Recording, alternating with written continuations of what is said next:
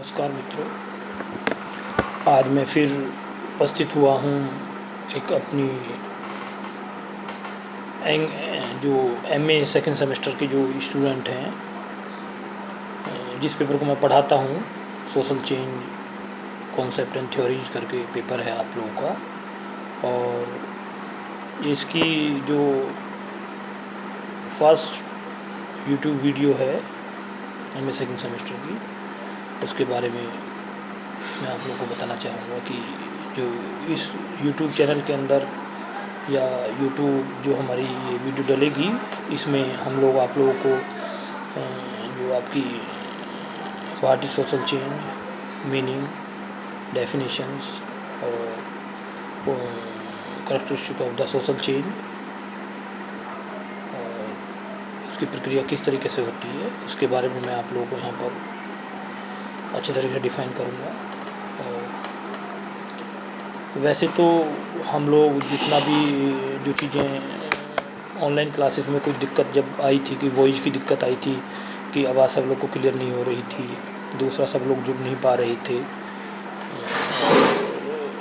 दूसरा समय की भी कि एक समय पर निश्चित सब लोग का इकट्ठा होना भी बड़ा परेशानी का कारण था। और क्योंकि यूट्यूब को तो आपकी भी किसी समय भी लेकर जब आपका पढ़ने का मन है, जिस समय आप बैठ रहे हैं, वहाँ से उस चीज़ को तैयार कर सकते हैं। और यहाँ पर मैं बताना चाहूँगा कि व्हाट इज़ सोशल चेंज की जब हम शुरुआत करते हैं कि सामाजिक परिवर्तन क्या है। वैसे तो जो हम सामाजिक परिवर्तन को हम स्थान और समय के अकॉर्डिंग देखने की कोशिश करते हैं। यदि हमें वास्तव में सामाजिक परिवर्तन को जानना है तो हम लोगों को स्थान का ध्यान रखना होगा और दूसरा समय का ध्यान रखना होगा, तभी हम जो सामाजिक परिवर्तन है उसको अच्छे तरीके से समझ सकते हैं, यदि इन चीज़ों को ध्यान रखेंगे। और अब जो कॉन्सेप्ट है, इसका कॉन्सेप्ट को क्लियर करने की कोशिश करते हैं कि जिस तरीके से कॉन्सेप्ट को उन्होंने बताया है समाजशास्त्रियों ने कि समाज और उसकी संस्कृति में हमेशा परिवर्तन होता रहता है। ऐसा कोई भी समाज नहीं रहा जहाँ पर सामाजिक परिवर्तन ना होता हो। और ये एक तरह की सार्वभौमिक प्रक्रिया है और सार्वत्रिक प्रक्रिया है, ये हमेशा चलती रहती है अनवरत रूप से। और प्रत्येक समाज में चाहे अनचाहे वह प्रक्रिया अबाध गति से चलती रहती है। विश्व में ऐसा कोई भी समाज नहीं जहाँ परिवर्तन से अछूता हो। सामाजिक परिवर्तन वह प्रक्रिया जिसके अंतर्गत एक छोटी सी डेफिनेशन मैं आप लोग को यहाँ क्लियर कर दूँ कि यदि आ जाए सामाजिक परिवर्तन क्या है। वैसे तो विभिन्न थिंकरों के अकॉर्डिंग आप लोग जानेंगे कि कोई थिंकर क्या कहता है, क्योंकि जो भी उनका सेंट्रल आइडिया रहा है उस सेंट्रल आइडिया के अकॉर्डिंग उन्होंने उसको फोकस किया है कि सामाजिक परिवर्तन वह प्रक्रिया जिसके अंतर्गत हमारी विचारधारा, हमारी संस्थाएं, हमारे समूह, हमारे सामाजिक संबंध और संरचना, उनमें जो भी परिवर्तन हुआ है वो हमारा सामाजिक परिवर्तन कहलाता है, सोशल परिवर्तन कहलाता है। और ये दीर्घकालीन प्रक्रिया है, अल्पकालीन प्रक्रिया नहीं है सोशल चेंज जो है। अब यदि देखिए विभिन्न जैसे अगस्ट कॉम्ट की हम बात करते हैं सामाजिक परिवर्तन के संबंध में, तो अगस्ट कॉम्ट कहते हैं कि यह प्रगति का विज्ञान है। वो कहते हैं कि जो मानव का बौद्धिक विकास है, वो सेंट्रल आइडिया उनका है कि बौद्धिक विकास के दृष्टिकोण को उन्होंने सामाजिक परिवर्तन का कारण माना। या जब हम बात करते हैं कार्ल मार्क्स की, तो कार्ल मार्क्स कहता है कि जो हमारे आर्थिक संसाधन हैं, आर्थिक संसाधन के साथ जो हमारे संबंध हैं, उन संबंधों में होने वाले आर्थिक संसाधनों के अंदर और संबंधों में होने वाले परिवर्तन को वो सामाजिक परिवर्तन कहते हैं। या मैकलन पेज के अकॉर्डिंग यदि हम डिफ़ाइन करें तो मैकलन पेज कहते हैं कि समाज का जो एक विषय वस्तु है वो सामाजिक संबंध हैं और सामाजिक संबंधों में होने वाले परिवर्तन को सामाजिक परिवर्तन कहा जा सकता है। और जैसे आपके मैक्स वेबर हुए, तो मैक्स वेबर ने भी वो जो सामाजिक क्रियाएं हैं, क्रियाओं की बात करते हैं।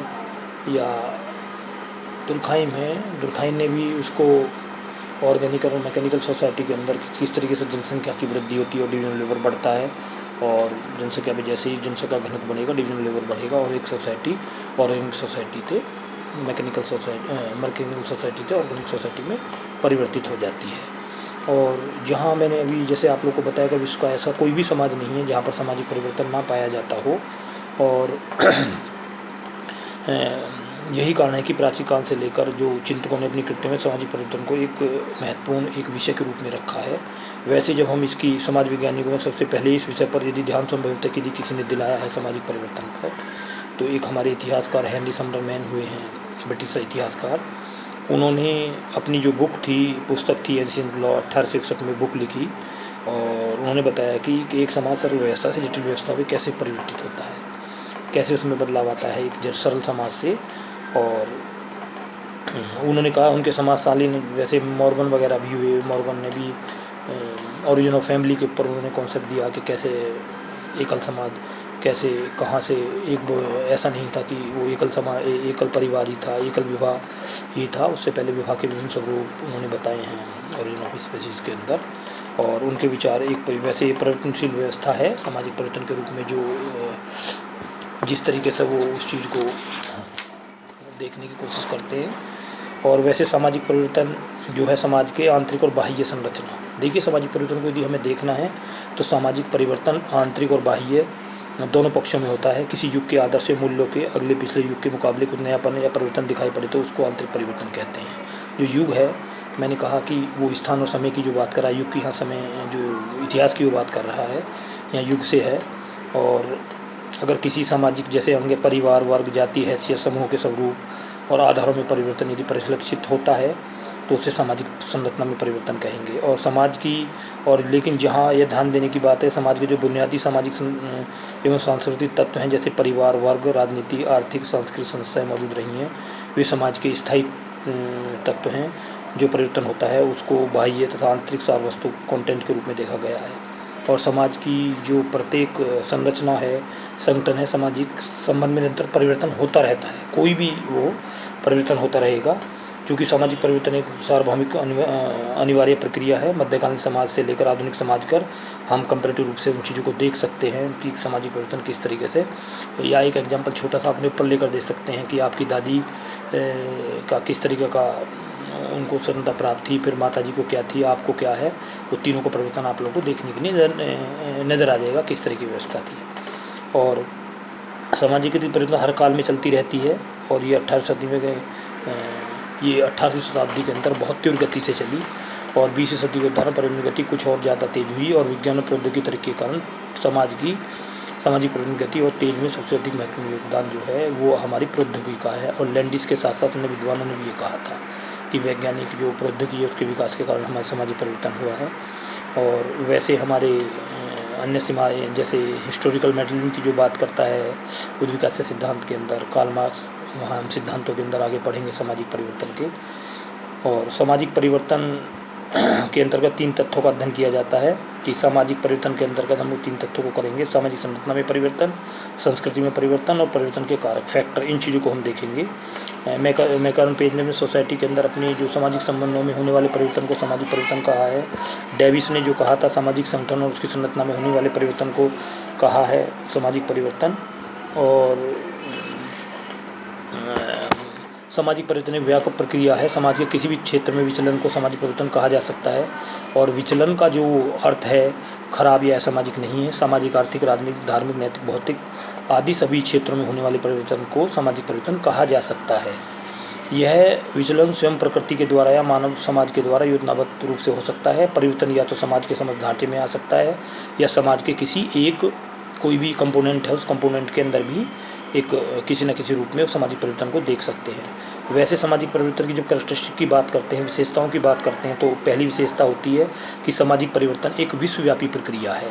कैरेक्टरिस्टिक आ सकता है कि सामाजिक परिवर्तन से आप क्या समझते हैं, इसकी प्रक्रिया या इसकी विशेषताओं को बताइए।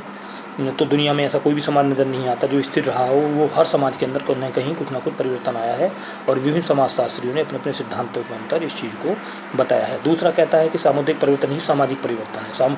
हम व्यक्तिगत परिवर्तन को हम सामाजिक परिवर्तन नहीं कह सकते, जो सामुदायिक परिवर्तन है वो ही सामाजिक परिवर्तन है। तीसरी जो बात कही है उन्होंने कि सामाजिक परिवर्तन के विविध रूप हैं और हमें सहयोग, संघर्ष और प्रतियोगिता प्रक्रियाएँ चलती रहती हैं और विभिन्न रूपों में हमें सामाजिक परिवर्तन देखने को मिलेगा। और सामाजिक परिवर्तन की गति असमान और सापेक्षिक होती है और सामाजिक परिवर्तन के अनेक कारक हो सकते हैं जैसे डेमोग्राफिक, टेक्नोलॉजिकल, कल्चर, इकोनॉमिकल आदि निश्चित आपके कारक हैं जिनसे हमारा सामाजिक परिवर्तन होता है। और सामाजिक परिवर्तन के सभी क्षेत्रों में हम चीज़ें देखने को हम लोगों को मिलेंगी। वैसे तो जब हम इनके स्रोतों की बात करते हैं, एक स्रोत की एक अन्य वीडियो हम आगे तैयार करेंगे, अभी तुरंत ही उस चीज़ को तैयार कर लेंगे, क्योंकि हमारे उसके अंदर एक जो हमारी यूनिट फर्स्ट है, यूनिट फर्स्ट के अंदर इसके साथ साथ उसको भी समझाया गया कि क्या उसके जैसे इनोवेशन है, डिस्कवरी है, डिफ्यूजन है, कि कैसे उसके स्रोत हैं सामाजिक परिवर्तन के जो समाज को आगे बढ़ाते हैं। और इसी टॉपिक के साथ मैं यहीं पर आप लोगों को अपनी वाणी को विराम देना चाहूँगा। धन्यवाद।